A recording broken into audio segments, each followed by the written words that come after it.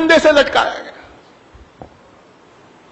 फांसी का फंदा एक था, गर्दनें दो थी, एक बाबा राम शरण दास की थी और एक मौलवी आमिर अली की थी। आज ये हिस्ट्री अगर आपको पढ़नी है तो अयोध्या में एक बहुत मशहूर जगह है जहां इमली का झाड़ वो आज भी मौजूद है, उसे कुबेर का टीला कहते हैं। आर्कियोलॉजिकल सर्वे ऑफ इंडिया ने उस कुबेर के टीले के पास इस हिस्ट्री को लिखकर एक बोर्ड में लटकाया हुआ है। हरियाणा में एक जगह है हांसी, वहां की हिस्ट्री है कि यहां पर दो दोस्त रहा करते थे, एक का नाम था हुकुमचंद जैन और एक का नाम मुनीर बेग था। इस हिस्ट्री में लिखा है कि हुकुमचंद जैन और मुनीर बेग दोनों ने इतना डटकर अंग्रेजों का मुकाबला किया, इतना लोहा लिया कि नाभा, कपूरथला, कश्मीर और पटौदी राजाओं की मदद से पकड़कर इन्हें अंग्रेजों को सौंपा गया। अंग्रेज चाहते थे हांसी की लोग हमेशा के लिए डर जाएं, उनकी हिम्मतें टूट जाएं, तो ऐसी अनोखी सजा आपको इतिहास के किताबों में कभी नहीं मिलेगी। हुकुमचंद जैन और मुनीर बेग को साथ लाया गया। हुकुमचंद जैन को उनके मजहब के खिलाफ जिंदा दफना दिया गया और मुनीर बेग को उनके मजहब के खिलाफ चिता पर जिंदा जला दिया गया। मोतिहारी के लोगों, हमारे बीच एक ऐसा इंसान है जिसने गांधी जी की जान बचाई। इस इंसान का नाम बटक मियां अंसारी है। बटक मियां अंसारी को ये काम सौंपा गया था कि वो गांधी जी को चंपारण सत्याग्रह के दौरान दोनों टाइम खाना खिलाते रहे। अंग्रेजों ने बटक मियां अंसारी के सारे परिवार को एक साथ किडनैप कर लिया और उन पर यह दबाव बनाया कि बटक मियां अंसारी गांधी जी के खाने में पॉइजन मिला दे। बटक मियां अंसारी ने उनके दबाव में जब ये कदम उठाना चाहा तो ऐन गांधी जी के निवाला तोड़ने से पहले बटक मियां अंसारी ने उनके हाथ से छीन कर वो डिश फेंक दी। जब गांधी जी ने पूछा तो रोने लगे।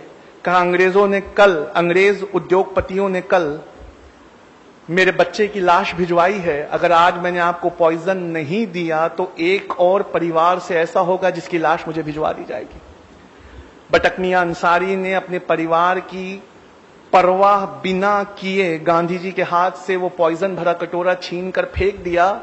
ऐ मोतिहारी के लोगों, मैं उस वक्त वहां मौजूद था और मैं आज आपके बीच राष्ट्रपति बनकर आया हूं और गांधी जी की जान बचाने वाले इस बटक मियां अंसारी को उसके एवज में 50 एकड़ जमीन मोतिहारी में देना चाहता हूं। ये जिसकी स्पीच का टुकड़ा है वो हमारे भारत के पहले राष्ट्रपति बाबू राजेंद्र प्रसाद थे, जिन्होंने 1950 में बटक मियां अंसारी को जमीन का 50 एकड़ का टुकड़ा देना चाहा। बटक मियां अंसारी को वो 50 एकड़ जमीन कब अलॉट की गई तो लिखा है 1957 लग गए जमीन को अलॉट करते करते, तब तक बटक मियां अंसारी इस दुनिया में नहीं रहे।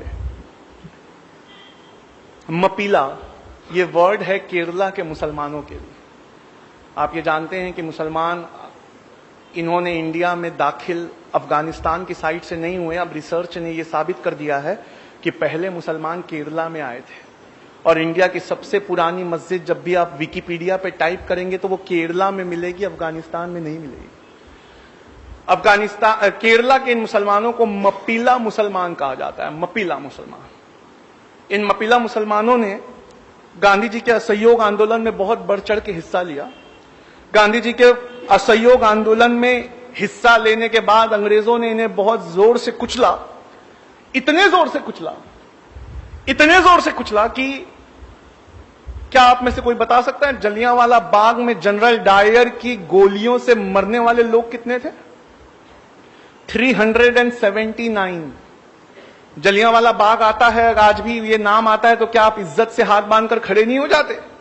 379 निहत्थे औरतें, बच्चों और बूढ़ों पे गोलियां चलाई गई थी जलियांवाला बाग में।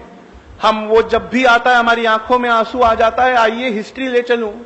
लिखने वाले ऑथर ऐसे हैं जिनकी हिस्ट्री की किताबें कैम्ब्रिज और ऑक्सफोर्ड में पढ़ाई जाती हैं। नाम बिपिन चंद्रा है, चैप्टर है 17th चैप्टर, उसका नाम ही मपीला रेबेलियन है। मपीला रेबेलियन में लिखते हैं कि मपीला मुसलमानों को गांधी जी का साथ देने के लिए 1921 में यह कीमत चुकानी पड़ी कि अंग्रेजों के रिकॉर्ड के मुताबिक 2337 मपीला मुसलमानों को फांसी दी गई। मैं इनके जो लीडर थे उनका नाम था हाजी कुन मोहम्मद, मैं उनसे मिल चुका हूं। उन्होंने बताया है कि गैर सरकारी रिकॉर्ड में 45,404 मपीला का नाम है। लोगों, इसमें एक जगह थी बेल्लारी ट्रेन ट्रेजेडी। इस बेल्लारी ट्रेन ट्रेजेडी में यह हुआ था कि 127 मुसलमानों को, क्रांतिकारी मुसलमानों को बिना खिड़की वाली एक वैगन में भरकर थिरूर से बेल्लारी भेजा जा रहा था। बिना खिड़की वाली इस वैगन, छोटी सी वैगन थी, उसमें 127 मुसलमान भरे हुए थे। बीच का एक स्टेशन कोयंबटूर पहुंचते पहुंचते 70 मुसलमानों ने दम तोड़ दिया और इनकी पोस्टमार्टम रिपोर्ट में लिखा है इनटॉलरेबल सफोकेशन, यानी असहनीय घुटन के वजह से ये मौत हुई।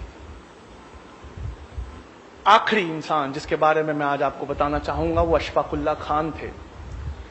ये अशफाकुल्ला खान एक बेहतरीन क्रांतिकारी थे। काकोरी में चंद्रशेखर आजाद और राम प्रसाद बिस्मिल का साथ देने की वजह से पहले इन्हें अंडमान निकोबार के काले पानी की सजा हुई और बाद में वहीं सूली से लटका दिया गया। अशफाकुल्ला खान से मिलने जब उनका परिवार पहुंचा तो वो बेतहाशा रोने लगा और परिवार उत्तर प्रदेश में मिलने पहुंचा एक दिन पहले जब उन्हें काले पानी भेजा जा रहा था। अशफाकुल्ला खान ने उनके बहते हुए आंसुओं को देखा और देखकर आंसू पोंछते हुए कहा, ऐ मेरे घर वालों, तुम इन आंसुओं को रोक लो। क्या तुम्हें इस बात की खुशी नहीं है कि हर साल जब आजादी का दिन आएगा तो राम प्रसाद बिस्मिल, कन्हैया लाल और खुदीराम बोस के साथ उसी सांस में तुम्हारे भाई अशफाकुल्ला खान का भी नाम लिया जाए। गांधी जी से पूछा गया दांडी मार्च के वक्त, कहा गांधी जी अगर अंग्रेज आपको दांडी मार्च पूरा होने से पहले गिरफ्तार कर ले तो आपकी जगह कौन लेगा? इतिहास में नाम दर्ज है, गांधी जी ने कहा अगर दांडी पहुंचने से पहले मुझे अंग्रेज सरकार गिरफ्तार कर ले तो मेरी जगह अब्बास तैयब जी लेंगे।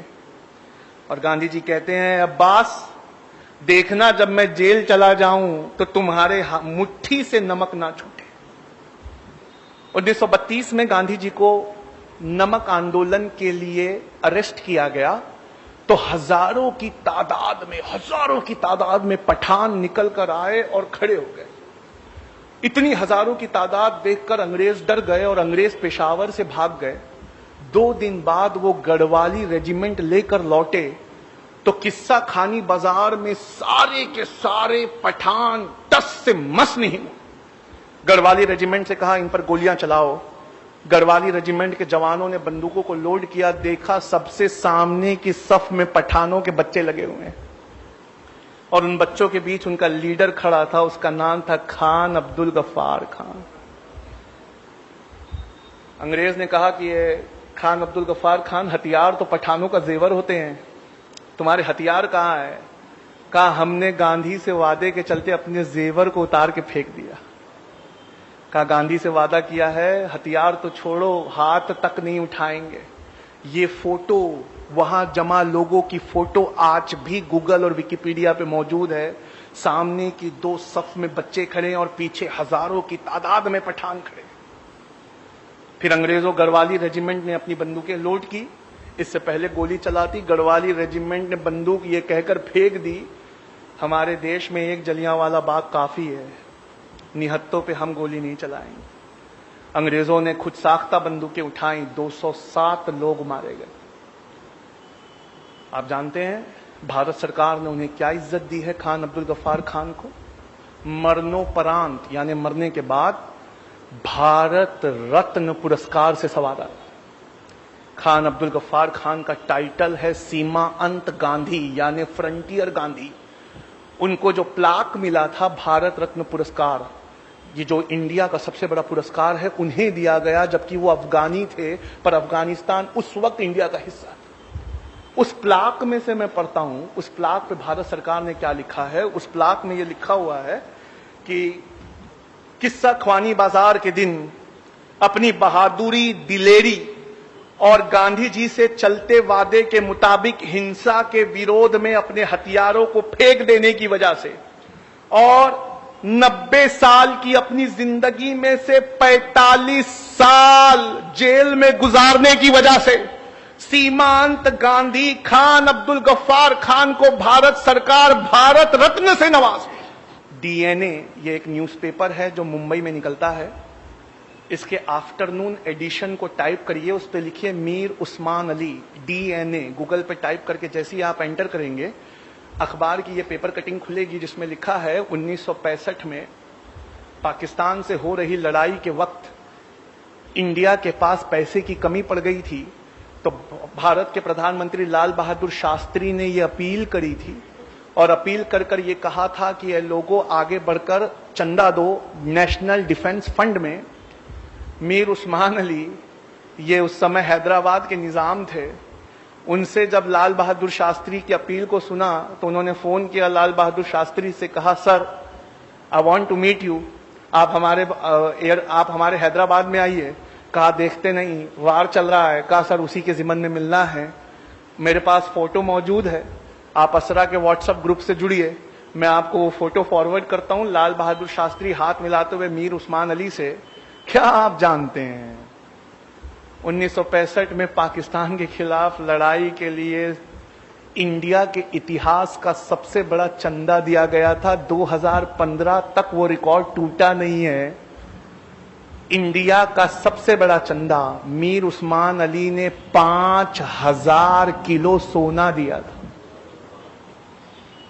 5 टन सोना लाल बहादुर शास्त्री के हवाई जहाज में बेगम पेठ एयरपोर्ट हैदराबाद में लादते हुए फोटो डीएनए अखबार ने छापी है।